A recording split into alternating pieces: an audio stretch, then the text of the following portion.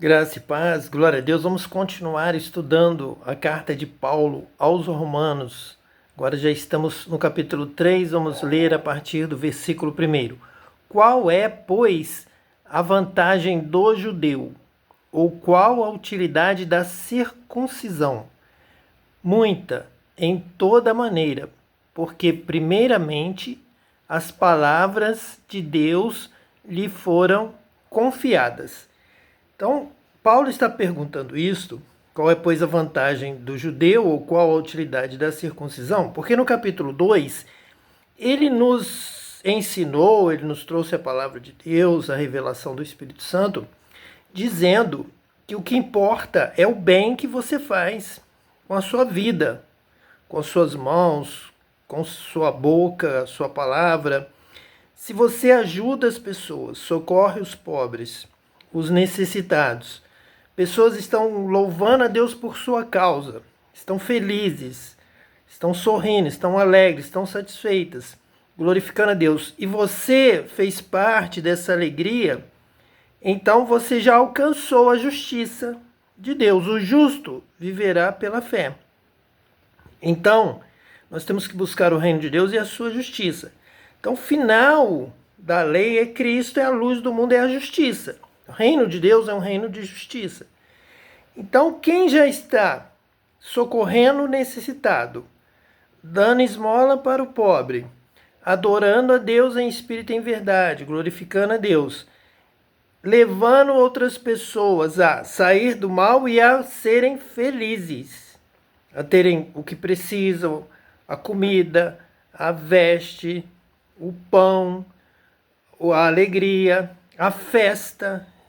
Se estão felizes, estão sendo abençoados, estão satisfeitos, então você já alcançou o reino de Deus.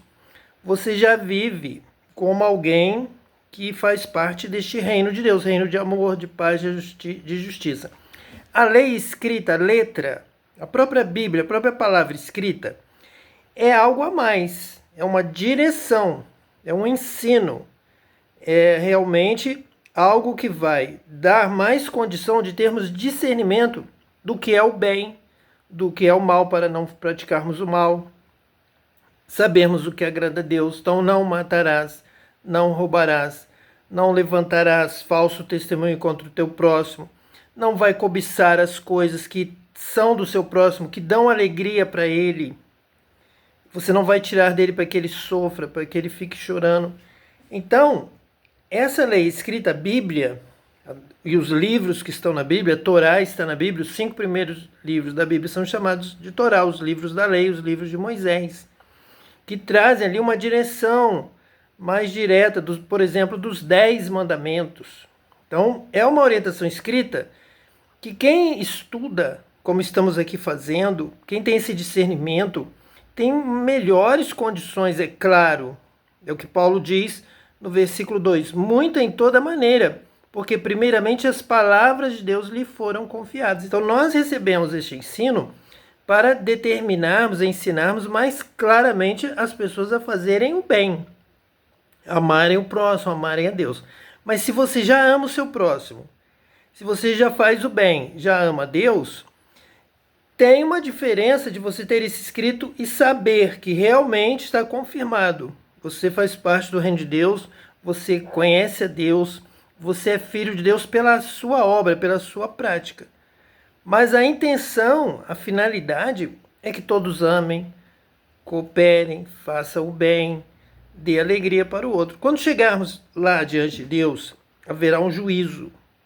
E ali estarão todos diante de Deus. Então pessoas vão passar e Deus é que fará o juízo da sua vida. Então Deus vai te chamar pelo nome, ou por um novo nome, vai dizer: você sofreu, você chorou, você teve momentos de perda, e você vai confirmar, ou vai só ouvir, realmente é verdade, toda a sua vida vai ser aberta, os livros serão abertos, e o livro da vida, onde estarão registrados os nomes dos que amaram, dos que não amaram, e vai estar ali cada lágrima que você derramou, cada sorriso que você deu. E a razão daquela lágrima e a razão daquele sorriso. Então vai dizer, olha, você teve anos e anos de sofrimento causados por quem? Vai aparecer o nome. Então esse é o juízo. Fulano, ciclano, tal pessoa, te perseguiu, te humilhou, te feriu, te roubou, te prejudicou, buscou seu mal, coisas que você às vezes nem sabe. Mas você viu que perdeu alguma coisa deu errado, tinha alguém te perseguindo, tinha alguém te prejudicando. Então tudo isso vai ficar claro, será revelado lá diante de Deus no juízo final. Então quem causou o sofrimento, ele vai pagar em relação a este sofrimento causado. Então terá sofrimento. Bem-aventurados que choram, porque serão consolados. Mas ai dos que riem. Então, se você chorou porque foi perseguido, você será consolado. Mas se você riu, zombando dos outros porque pisou, roubou, prejudicou os outros, viu o outro cair no buraco, você mesmo derrubou, lançou ele na cova, não socorreu, ainda ficou rindo, é claro que no mesma proporção, com justiça, com juízo de Deus, tudo muito correto. O que você fez, você vai ter algo, um retorno, uma justiça será feita. Então isso tem a ver, então, com esse receber essa palavra de Deus para essa justiça. E essa palavra é que vai te livrar também de estar praticando mal por ignorância, sem saber. Você vai realmente ler, você vai ouvir aqui, você vai entender, vai amar, vai ajudar, vai fazer o outro feliz. Vai ver o que o outro gosta, vai ver o que o outro está precisando. Seja uma bênção na vida da sua família, do seu vizinho, do seu amigo, do seu colega, de todos, até do seu inimigo. E o seu galardão no céu vai estar crescendo, o seu tesouro no céu. Vamos ver isso aqui, então, em Romanos, esse estudo. Esse caminho para a bênção, esse caminho para a honra de Deus, para o galardão de Deus, que Deus tem preparado para aqueles que o amam e para aqueles que obedecem a sua palavra, aqueles que fazem o bem, aqueles que amam ao próximo. Versículo 3. Pois que, se alguns foram incrédulos, a sua incredulidade aniquilará a fidelidade de Deus? De maneira nenhuma. Sempre seja Deus verdadeiro e todo homem mentiroso, como está escrito, para que sejas justificado em tuas palavras e venças quando fores julgado. Então vai estar lá Deus, você, eu, a humanidade inteira, falando, ouvindo, respondendo, e não importa se creu, se não creu, eu não fiz porque não criei. O que vai prevalecer é a palavra de Deus, a fidelidade de Deus. E não em vão, não à toa, mas em relação ao sofrimento causado. A pessoa tinha vida, tinha família, tinha algum bem, e você tirou dele a família, você causou a separação, o divórcio do casal, você roubou o que ele tinha de mais precioso, você o prejudicou profundamente na sua vida profissional.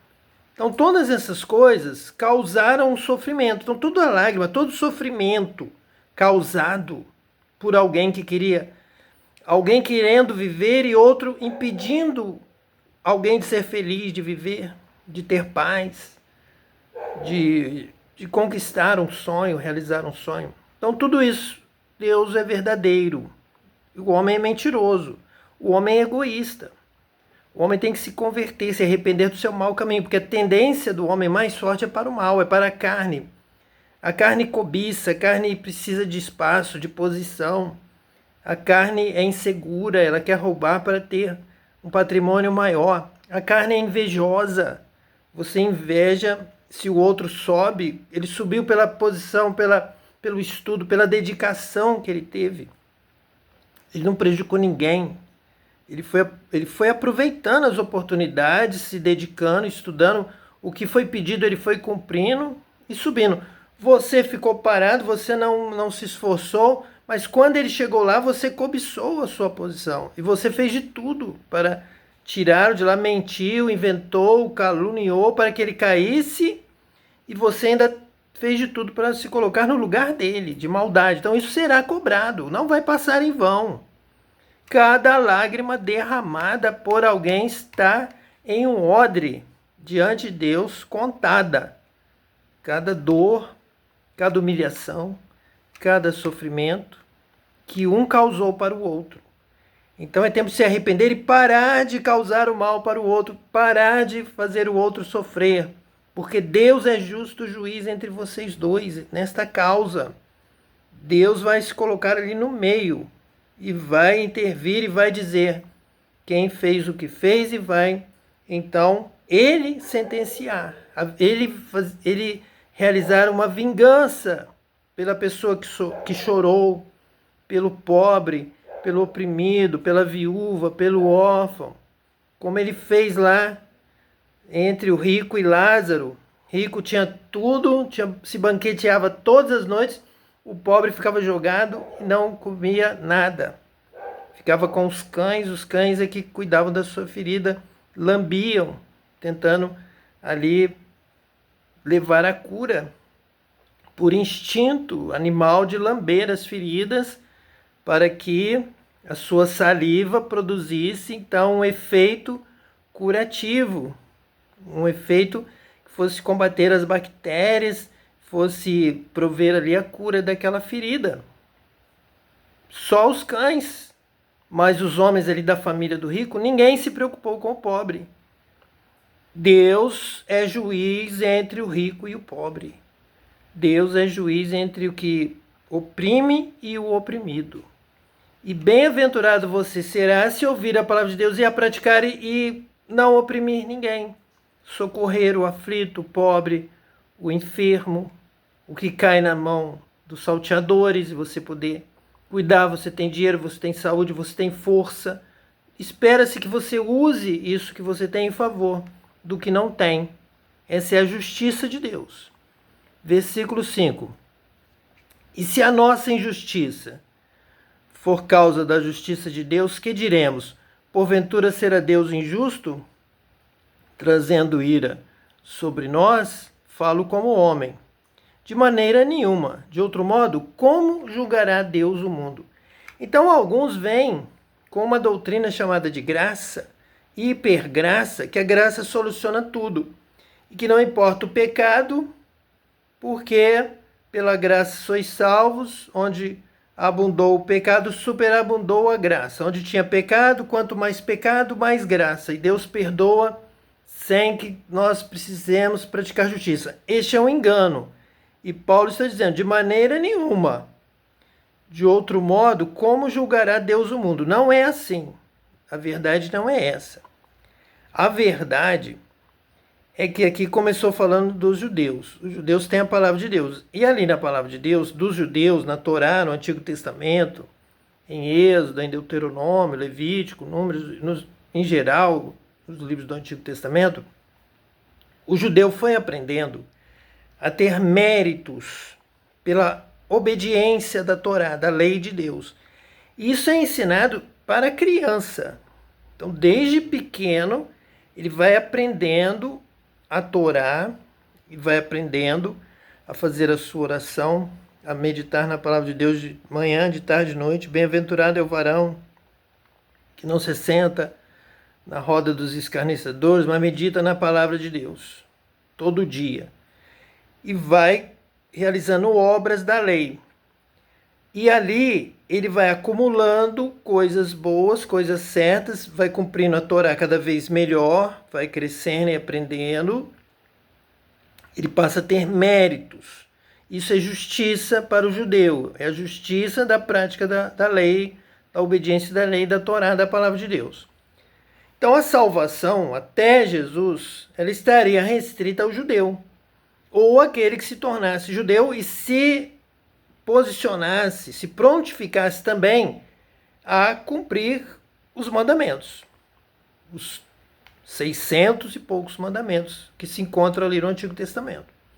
Então, um grande exercício, uma grande exigência para que se entrasse ali no caminho da salvação, no caminho do justo, da justiça segundo o Antigo Testamento. Quando vem Jesus, e aí vem a igreja primitiva, os apóstolos, principalmente o apóstolo Paulo.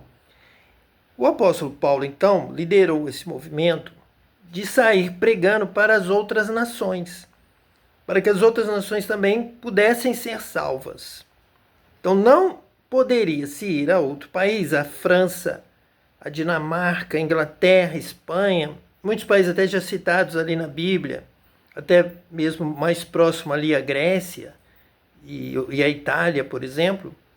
Não se poderia chegar lá e dizer, olha, agora vocês têm que se tornar judeu, vocês têm que praticar todos os 650 mandamentos, aí vocês vão conseguir entrar, ser judeu, e aí serão levados em conta o que vocês fizerem de bem para serem salvos, pela obra da lei. Salvação por praticar os 600 e tantos mandamentos. Mas Paulo percebeu que essa mensagem judaica da Torá, da lei, simplesmente, não iria alcançar o mundo inteiro. E ele então recebeu do Espírito Santo uma mensagem, um evangelho, uma forma de levar a salvação para o mundo inteiro. Então, para o mundo inteiro, Paulo levou uma mensagem de que se entraria nesse contexto judaico sem a lei. Você entra pela porta da graça. Pelo que Jesus fez, pelo sangue de Jesus. Jesus pagou todo o preço. Tudo que o preço é tudo que você deixou de fazer no passado, todo o seu passado não será levado em conta. Você não vai ter que começar a fazer muito bem para suplantar o mal que você já tenha feito no passado. Não, será zerado, apagado. Todo o preço. Se você tem uma dívida, um débito, ele pode estar em quantos milhões for. Imediatamente pelo sangue de Jesus, é pago. Está zerado. Então você entra pela graça. Entra para ser como um judeu. Entra para ser um filho de Deus. Se torna filho de Deus pela fé. Aí é pela graça. O gentio, que são todos os outros povos, tirando ali o povo de Israel, os judeus, todos eles podem entrar agora de graça. Basta crer pela fé. Pela graça sois salvos por meio da fé. Isso não vem de vós, é dom de Deus. Então, romanos, gregos, espanhóis, brasileiros, todos do mundo podem entrar. Entra pela porta da graça. Jesus fez a obra. Mas fique claro que a intenção da salvação, de entrar por essa porta, é andar em justiça, é conhecer a palavra de Deus, é ser filho de Deus, é aprender com Deus. Deus é amor. Você entrou pela porta da graça, você tem que aprender a amar. Se você não ama, se você não amar, se você não aprender a amar, você não é nascido de Deus. Você não pode roubar. Você roubava antes. Não importa o quanto a pessoa tenha roubado. Então, teve anistia ampla, geral e restrita. Todo mundo perdoado, zerado. Mas a partir de agora, 1 segundo após a fé, eu creio, recebo a Jesus no meu coração, confesso. Jesus é o Filho de Deus, eu creio em Jesus para perdão dos meus pecados, para me salvar. Eu agradeço a Jesus pela sua morte na cruz, eu recebo. Eu o aceito. Eu vou seguir a Jesus, eu vou aprender com Jesus. Sim, deu um passo com Jesus. Não vai mais roubar. Daqui para frente você não vai mais roubar. Você mentia compulsivamente. Resolvia todos os meus problemas com mentira. Eu era um mestre na mentira. Crê em Jesus, entrou pela graça, importa o quanto você mentiu antes, eu vou te cobrar para você falar tantas verdades, para cada verdade que você falar paga uma mentira? Não, está zerado, está perdoado pela graça. De graça, você era um pobre, miserável, alguém te deu uma esmola. Do nada, você não fez nada. Você não trabalhou para ele, você não comprou dele. Não, você não teve que pagar nada. Você pode ser um mendigo sem nada. Mesmo assim ele te dá. Isso é graça, de graça. Sem preço. É uma ajuda dos céus. É uma bênção. Uma graça salvadora. Porém, a partir de agora, eu vou andar com Jesus no caminho estreito. É isso que está escrito aqui. A partir de agora, eu vou deixar o pecado, eu vou deixar o mal, eu vou continuar fazendo o meu próximo sofrer e chorar. Eu sou de Jesus, mas como eu sou da graça, eu não preciso fazer nada. Muito pelo contrário, isso é uma mentira. Isso é um engano. Deus julgará o mundo e você vai comprovar a sua fé pela sua obra. Nós estamos aqui em Romanos, daqui a pouco vai chegar o texto que vai explicar isso. Que nós vamos entrar pela graça, mas o justo viverá da fé. A partir de que você entrou, aí eu creio, essa fé terá que te trazer conhecimento de Deus, entendimento da vontade de Deus, vai ter que te trazer luz, verdade, santificação sem a qual ninguém verá Deus. Então cada passo é um passo com Deus, andando com Deus, conhecendo a Deus, obedecendo a Deus. Isso é algo claro, é algo verdadeiro, é algo honesto, é algo sincero. Essa é a palavra de Deus. É uma salvação maravilhosa, maravilhosa graça, maior que o meu pecar, maior que tudo, que me salvou, que me deu condição de entrar por este caminho. É um caminho de santidade, é um caminho de amor, é um caminho de ajudar, amar o próximo, socorrer o aflito, dar esmolas, cuidar do pobre, cuidar da viúva. Isso não está excluído, não. Isso faz parte, isso é obrigatório. Tem que ter isso, tem que ter uma nova vida. Tem que ter fruto. Tem que ser luz para o mundo, tem que ser sal para a terra. Aqui está toda a palavra de Deus. Resumida, toda a palavra de Deus. Palavra de vida eterna, palavra de salvação. É essa. Vamos continuar vendo isto, lendo, aprendendo isso na palavra de Deus. Romanos 3. Agora vamos para o versículo de número 7. Mas, se pela minha mentira abundou mais a verdade para a glória sua, por que sou eu ainda julgado também como pecador? Então, Paulo está dizendo aqui, foi pela graça que nós destacamos o sangue de Jesus, a morte de Jesus, a obra de Deus, a glória de Deus. Tudo vem de Deus, tudo foi Jesus que fez. E eu sou mentiroso, eu sou um perdido, eu faço tudo errado, eu não tenho justiça nenhuma. Então, se ficou bom assim, esse discurso resolveu. Foi com a minha mentira, com a minha maldade, com o meu pecado, que abundou mais, apareceu, destacou a verdade de Deus para a sua glória, a morte de Cristo na cruz, o sangue de Jesus que nos purifica de todo o pecado, de toda a iniquidade. Mas não daqui para frente, só daqui para trás. Só o que eu já fiz no passado, e não para continuar assim. Por que sou eu ainda julgado também como pecador? Se eu continuar mentindo, aparentemente, vai ter mais glória para Deus. Eu vou ser mais salvo pela graça de Deus ainda. Se eu continuar maltratando, roubando, sendo avarento, falando mentira, sendo falso, prejudicando seja lá quem for, vivendo desordenadamente, eu vou mostrar que na minha salvação, se eu continuar sendo mal, quanto pior eu for, mais a glória de Deus vai se destacar, mais a bênção, mais a salvação, mais a graça. Paulo está dizendo, não, de maneira nenhuma, não é nada disso. Não é isso que a palavra de Deus está ensinando. Você está se enganando, você está pervertendo a palavra de Deus. Deus não aceita isso. Deus não ama o pecado, Deus ama o pecador, mas a partir do momento que você veio pela graça, Ele deu Jesus por amor para te salvar. Mas agora ande igual a Jesus. Deus é luz, Deus é verdade, Deus é justiça. Deus quer ver o seu irmão feliz, você está prejudicando a vida do seu irmão. Pare com isso, isso não é de Deus. Você agora tem que agir como um filho de Deus, tem que dar frutos.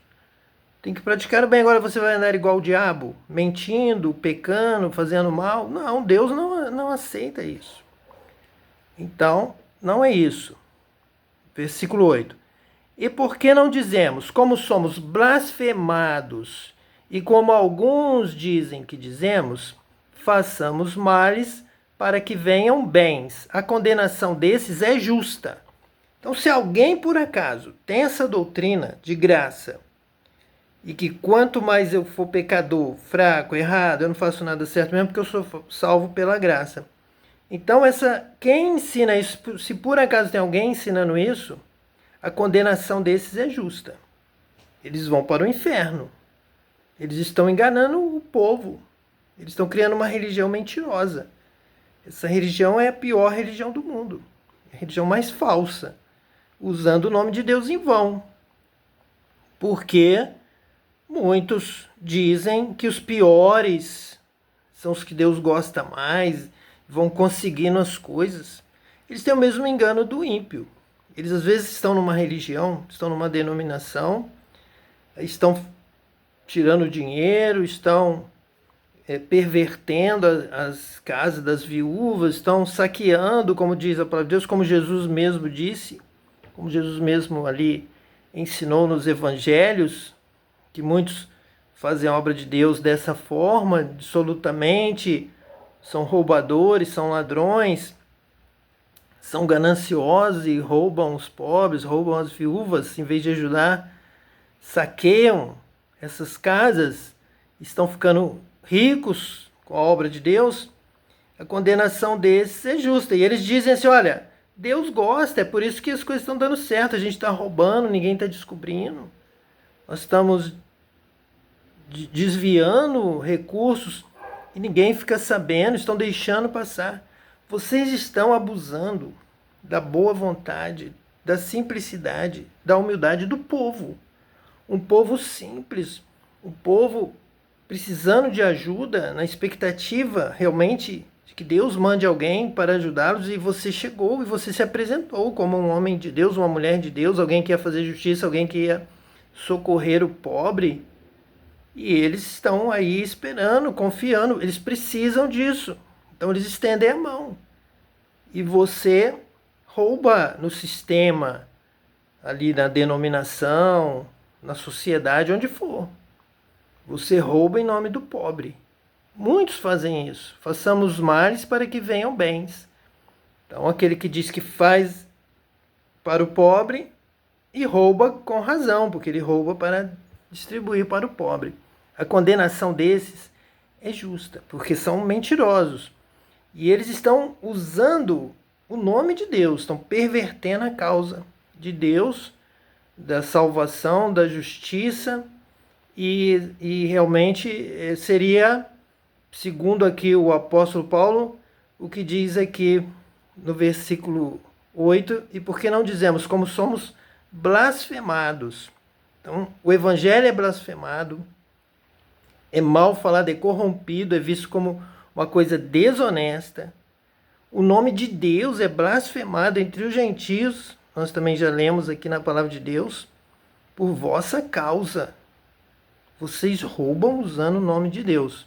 Então tem que se arrepender do seu mau caminho, tem que se converter, porque a condenação de vocês será justa. Vai acontecer. Versículo 9. Pois que somos nós mais excelentes? De maneira nenhuma.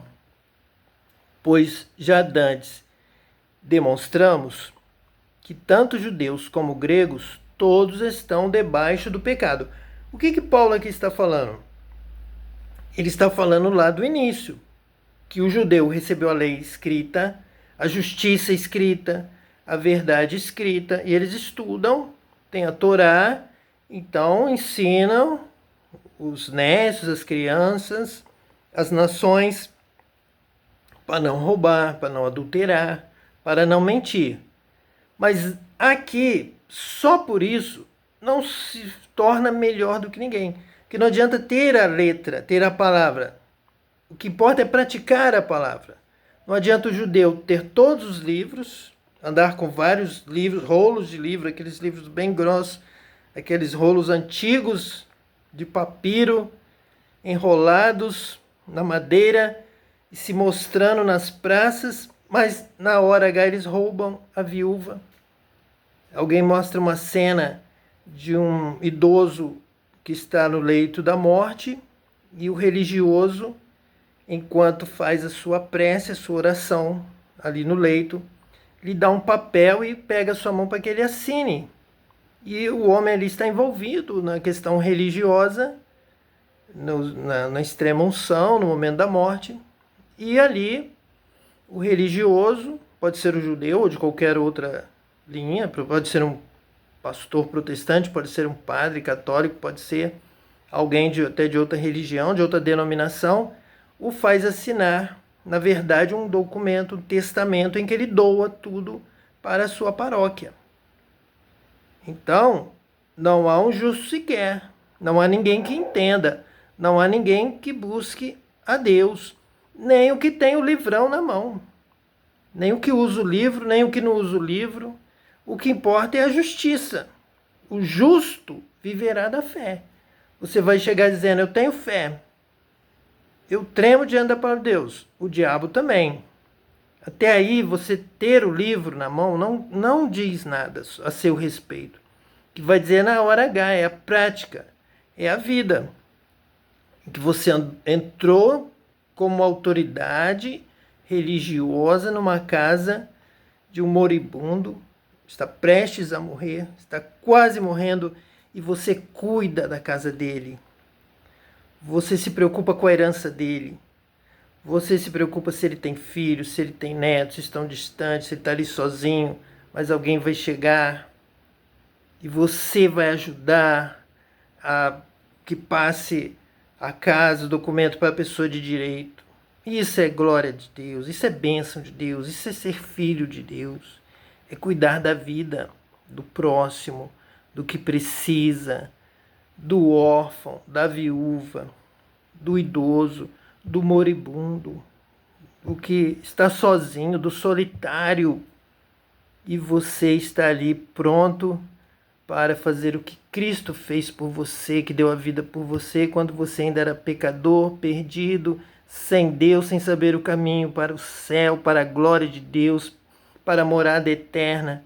E Jesus veio te buscar, te pegar pela mão, te livrar do vale da sombra da morte, para te conduzir para a luz, para a vida eterna. Que você também possa se converter a Cristo, para não só ter a palavra de Deus na boca e na mente, mas ter no coração. E ser batizado com o Espírito Santo para ter poder para viver essa palavra. Não ser orgulhoso, não ser avarento, mas amar o teu próximo e poder distribuir dentro da sua possibilidade o que você tem com aquele que não tem nada. Deus te abençoe hoje e eternamente em nome de Jesus, o Messias. Amém.